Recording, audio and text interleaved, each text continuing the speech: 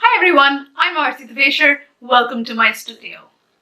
Before I begin this week's video, I'd like to apologize for any noise you might hear while I'm talking because my dog is sleeping right here and he's very noisy. He's snoring, but he's so fast asleep I don't have the heart to make him move just because I'm filming. It is his house too, after all. That said, this week's video is all about the Sculpt Air Dry Clay Kit. I was gifted this by my family for Christmas 2020. And they know me very well indeed. I have gotten hours of enjoyment from this kit. I'd never worked with clay before, so it was a bit of a learning curve, and I enjoyed myself watching a whole lot of YouTube videos on how to do it as well. But when it came down to it, it was a little bit different from what I actually watched. So, you'll see that soon enough. I've actually worked on this clay stuff for the last 2 months, so I started working with it in February. I made some pieces and then I took some time and decided to just think about what I wanted to make, and then I made some more pieces and then I had to wait for it to dry. I left it for about a week or so, and then of course I had to paint the base white coat, which you'll see, I'll explain in the video, and that took a little while as well. So this has been a few weeks or months indeed in the making. If you do like this video, please do click the like button and subscribe if you'd like to see more videos from me. I put videos out every 2 weeks on a Friday evening, and I'd love to see you there at the premiere, where I'll be available in the live chat to just have a nice little natter with you around 6 p.m. GMT. Now let's get started with this. So this is how this kit comes. I put it back exactly as it was. It has a pottery guide, and they have video tutorials and things. Clearly, I've watched a lot of them. And then it says pinch pot and plant pot, but I'm not really interested in making little pots because I have quite a lot already around the house, and my plants are all too big for these little things. So what I'm going to do is use some of these techniques and make my own little things. So there's that. Put that away. And then there's a packet of tools and 2 whole bags of clay, which is really nice and soft inside. So I don't need this right now. Let me put that away. And here's the kit that comes with it.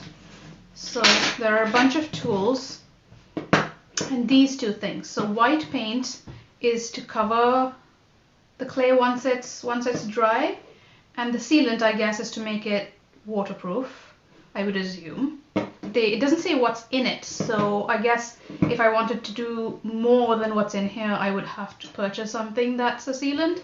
A lot of people seem to use resin, or I could just use acrylic.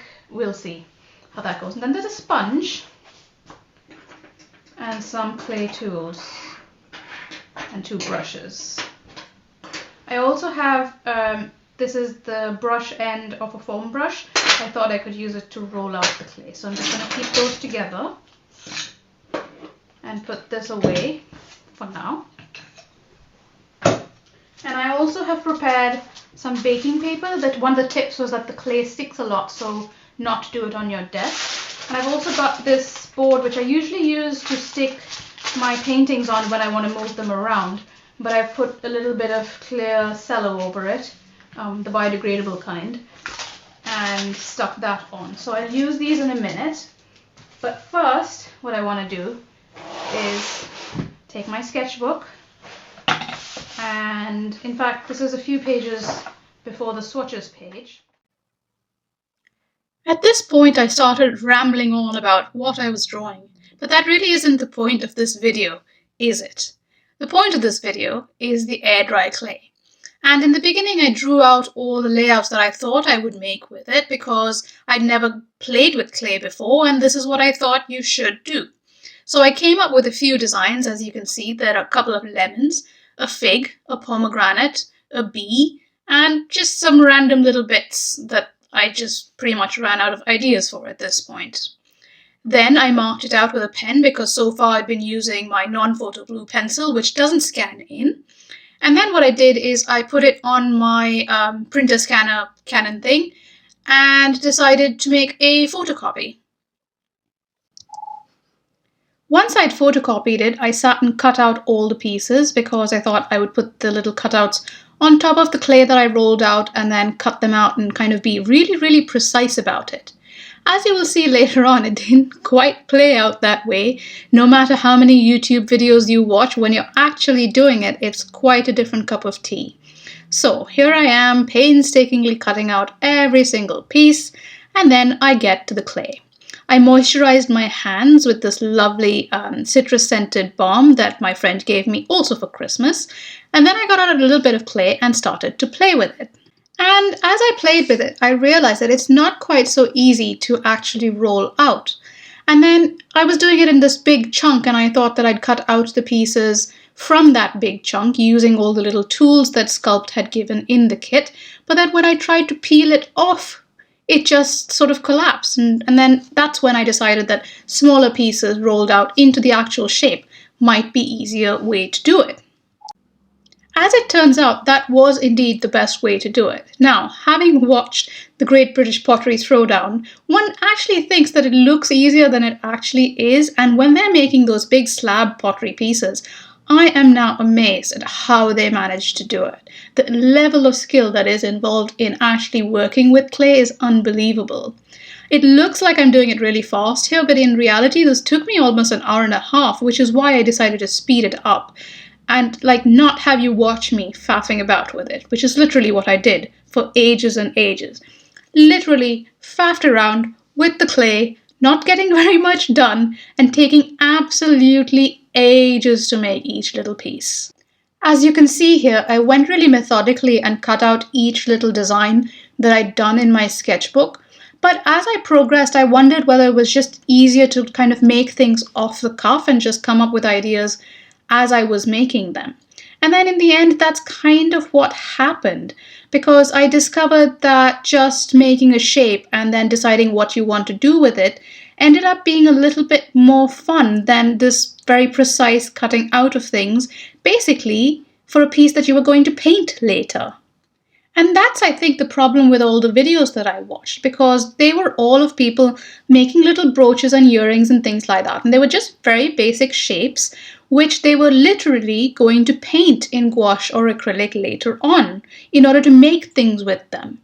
But I realized that once I started just playing with the clay and actually sculpting with it is when I really had the fun.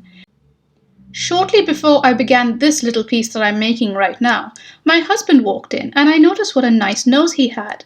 And I decided that I wanted to make a piece with his nose on it. And that is literally what I'm doing now. And that's when I realized that the Sculpt kit is meant to be fun. I'm not intending to sell these pieces. I'm not intending to make things that I'm going to wear. But I do want to make things that make me remember this kit. And that's where I think that this is one of the best presents I've ever received, in that normally with presents you either use them or you have them for a little while and then you discard them. But this is one thing that I think that I'm going to have for many, many years. I mean, I can't see myself throwing out my husband's nose in clay, can you? Haha. I mean, when he sees it, he might want to throw it out, but I'm going to have it on my desk or on my bedside table. And every time I look at it, I'll just remember the good time that I had making it and just have a little laugh, I think. And isn't that the point of a good present? Is just to have a good laugh, have good memories attached to it, and to have had a bit of fun using it. Now, I ought to say here that I am not sponsored. This is just a gift that my family gave me, and I think that I will probably gift something like this to someone else if I ever get the opportunity, because it has literally given me hours and hours and hours of enjoyment. You can see how long I spent on this little piece. I mean, I was giggling throughout and having such a good time, and I kept going and looking at my husband's nose, and he could not for the life of him figure out what I was doing, just looking at his face every now and again, popping into the room and popping back out. It was literally the best time ever. Eventually, I stopped faffing around with this piece, and even though I had a good time, I did move on to make other little pieces. I mean, just look at this. Just look at that nose profile. I mean, it's a little bit more bent than his actual nose is, but never mind. Anyway, so I moved on and I used a lot more clay. And this time I did use it in little pieces and kept molding little shapes and little things individually. It was definitely a better way to go than the big chunk of clay. I didn't end up recording all the pieces that I made, because there must have been like 30 or 40 by the end of this. But I did record the beginning pieces and a couple of the more interesting pieces. One being obviously my husband's nose, and the second being this little pomegranate that I am going to paint using either gouache or acrylics. So here we are, several weeks later, and I have finished the clay in both of these packets, and it does come out to quite a lot of pieces. So as you can see, I went on after what I filmed and made quite a lot more pieces. I think that I'll use them either as ornaments or as props for my photography. I mean, I think you saw that 2 or 3 videos ago. And I also made a container, which I think I want to transfer my brushes from over there into this.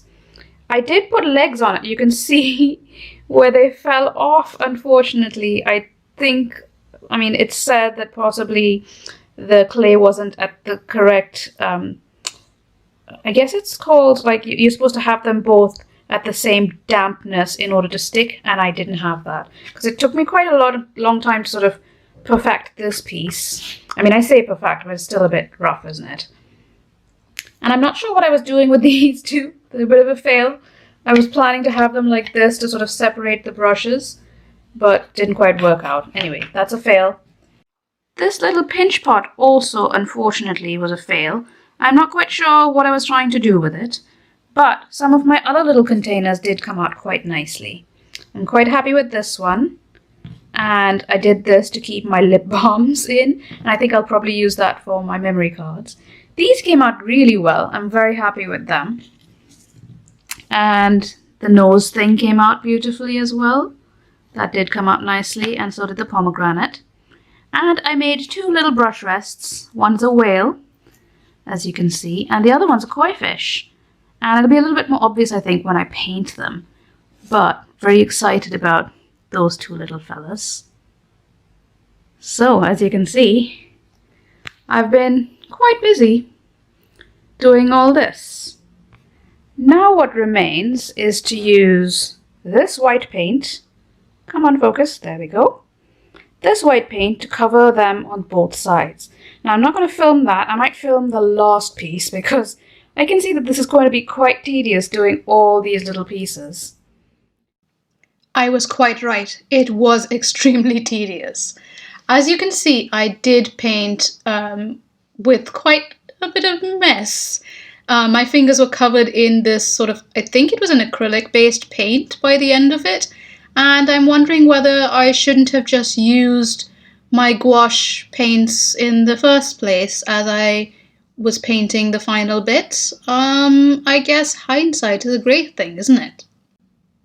I also wonder whether I should have left a couple of pieces sort of unpainted in white, just to see what gouache or acrylic look like on the base clay color, which also I should have thought of that before I painted everything, I suppose.